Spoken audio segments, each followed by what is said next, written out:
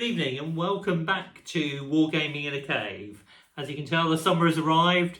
No doubt it's hot and humid wherever you're watching this. Although having said that, we do have some international viewers, so welcome along to you too. June-wise has unfortunately not seen a game take place. The game couldn't take place for a number of reasons. So D-Day has been postponed in our War Games Club until July. But of course there will be a video along to show you what happens, and once I've got all the terrain out, to update you as to how the game is played. What I'd like to do is give a big shout out to everybody who has commented recently. There was a recommendation last time when I was talking about 7 Years War about a website which I have, it was in the comments and I can't remember the name of it off the top of my head, although I have now saved it to my favourites, which is excellent because it gives you uniform information for all the units in the 7 Years War. A lot of background history as well. It's a really good website. It's in one of the comments on my June update for those of you wanting to track it down. Really good, so thank you for whoever recommended that. And equally big shout out, someone commented tuning in from Germany. It's great to know that there are people outside of the UK watching this. So thank you for that and carry on. I hope you're enjoying it. And thank you for tuning in. And on that point, last time I was talking to you, I was hoping to creep up to over 350 followers. We're now up to 420, which is quite frankly amazing that many people want to tune in and listen. So thank you for following along. And the Facebook group has moved up to 200 followers as well, which is really great. Now you can probably see on my screen that there's a World Cup game going on at the moment. I'm not sure if you've seen it, but Ken Riley is running his War Game World Cup currently, putting War Games rules against one another. My favourite two sets, GDA 2 and Rapid Fire. Unfortunately, GDA 2 got knocked out by Midgard. Well, these things happen. But Rapid Fire is through to the next round, which is great. So keep an eye on his Facebook group and vote along for your favourite sets. And while we're talking about favourite sets, one thing I have been doing for GDA 2 is I don't often have enough markers for if you know the rules about being unformed or glory or elan. And I was trying to find somewhere on the internet to purchase some more. But then I thought, well, actually, I'm going to have a go at making my own. So what I've done is, I'll hold it up so you can see it rather than looking at me for a minute. And it's just a laminated sheet. I've created the markers. Don't worry about the green one, that's for a board game. But the red one, as you can see, are markers that you'd use in the game. I'm going to cut them out and I'm going to stick them onto an MDF base. And the useful thing I was thinking about is when I do it, is I can have them so that they go hand in hand from one side to the other. So i.e. unformed and retreat, because often when you retreat, then if you recover, you then become unformed. So that they naturally flip over, because one thing I find when I play the game is I don't have enough glory markers. There tends to be lots of charges. And when you're fishing around in your boxes for certain markers, it would be really useful if you just turn them over and they happen to be there. So I'll let you know how that turns out once they're finished. The other one, if you were curious, that green one is a weather card for World in Flames, which is a board game that I'm a really big fan of. But we'll stick to wargaming on this. The World in Flames is by Australian design groups, and I highly recommend it if you are a board gamer. But I'll keep to wargaming. So what have I been up to in June? Well, I have managed to finish some figures. So I will, if you bear with me, I'll take you over and show you the completed unit. So firstly, what we had on the painting table from last time were these 4 stragglers from the 7th Belgium line. They represent the Light Corps, and what I'd been doing is when I originally raised a lot of my units, the Skirmishers Company, I've been putting on a pair of skirmish bases, which then means the unit is slightly smaller than it should be, because obviously the skirmishers are not lined up with everybody else, they're off skirmishing. So I like my figures to be, my units to be a consistent size.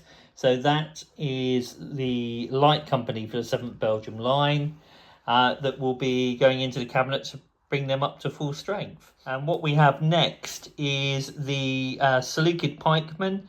Now these figures are by Aventine, which I highly recommend. They are a joy to paint.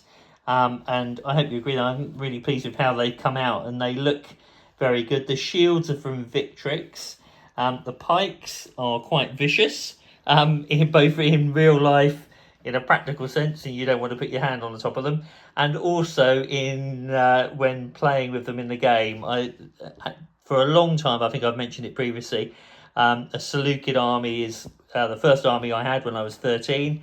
I've still got it, and I may well show it to you once I've completed the modern day replacement. They're still under the table. It has always been a long aim of mine to build the army in 28mm. So this will be my 4th unit to the army and my 3rd unit of pike. So that's the unit that got completed. And I thought what I'd also do, somebody suggested that I parade my troops. So I haven't, as I had an ancient unit out, I thought I'd show you my Seleucid army to date. So we have that unit of pike. We have a 2nd unit of pike. Again, these are all Aventine figures. The shields again are from Victrix. And then we move on to a 3rd unit of pike. Again, Aventine, and again, Victrix. And I'll just give you the view from above. I know, Ken, there are only 32 figures to a pike block. I'm sure you'll probably say that that's far too small. But I've gone with 32 for ancient figures. And I think they look pretty effective. And finally, we have a unit of companion cavalry. So my Seleucid army currently is four units. It needs to be about 12 or so to form a reasonable army. And I've got some cataphracts, which I'll show you in a minute, which are on the whip table. So that's what's been completed in June. I'll just take you back to the unit that was finished. And now onto the whip. It's not onto the whip, it's what's been completed. So I have, if you remember from last month's videos explaining how I needed to complete this little base to help complete the stand for Hougoumont. Well, that's now finished, and as you can see, the garden has arrived from Last Valley. Thank you to Andy from Last Valley for making that for me. It fits nicely in. I've left this space here so there's enough room to get a unit in to defend the walled garden. I'll give you a quick tour of the base. The Hougoumons come together, and there you'll see the figure from Perry's that was made from Salute, from a few years ago. What I'm going to be doing is gluing that back wall into place on the base, so that will remain permanently.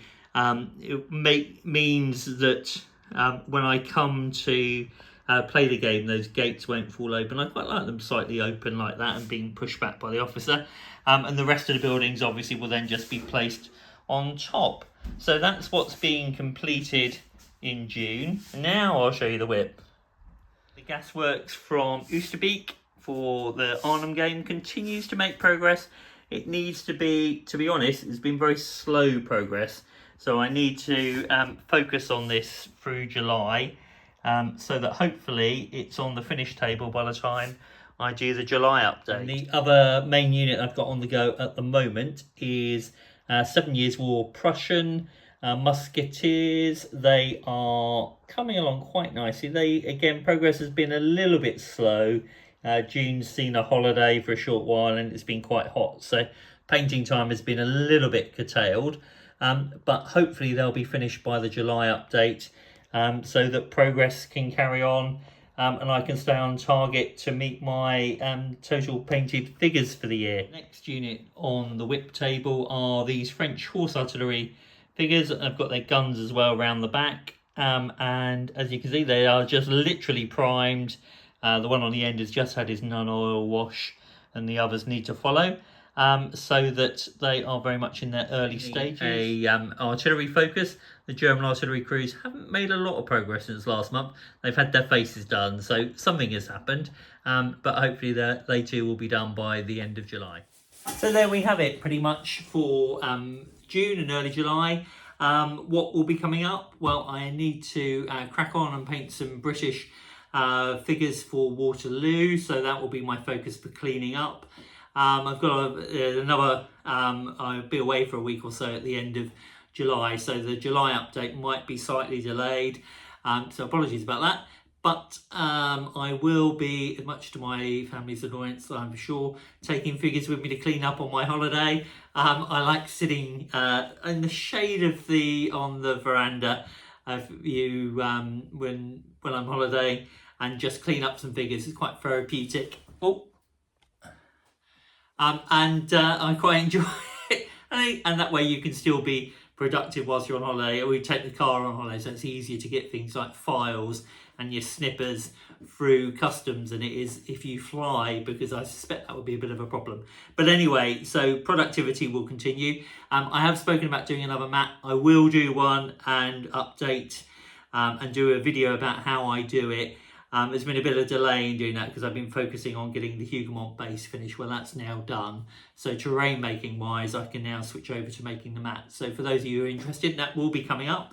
And that's about it. Thank you again for tuning in to watch Wargaming in a Cave. I hope you're enjoying it. Please comment below. It's always nice to see comments, feedback, anything you'd like to see as far as painting channels, painting tutorials are concerned. I've done a basing one, I've done a varnishing one.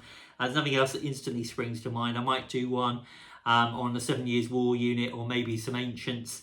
But if there's anything you'd like to ask or anything you'd like to see, then please let me know. As I say, the D-Day game is coming up in July, so I'll do a video for that. Carry on gaming, enjoy the World Cup, and hopefully it won't be quite so hot so we can carry on painting. Thanks again for tuning in. See you soon.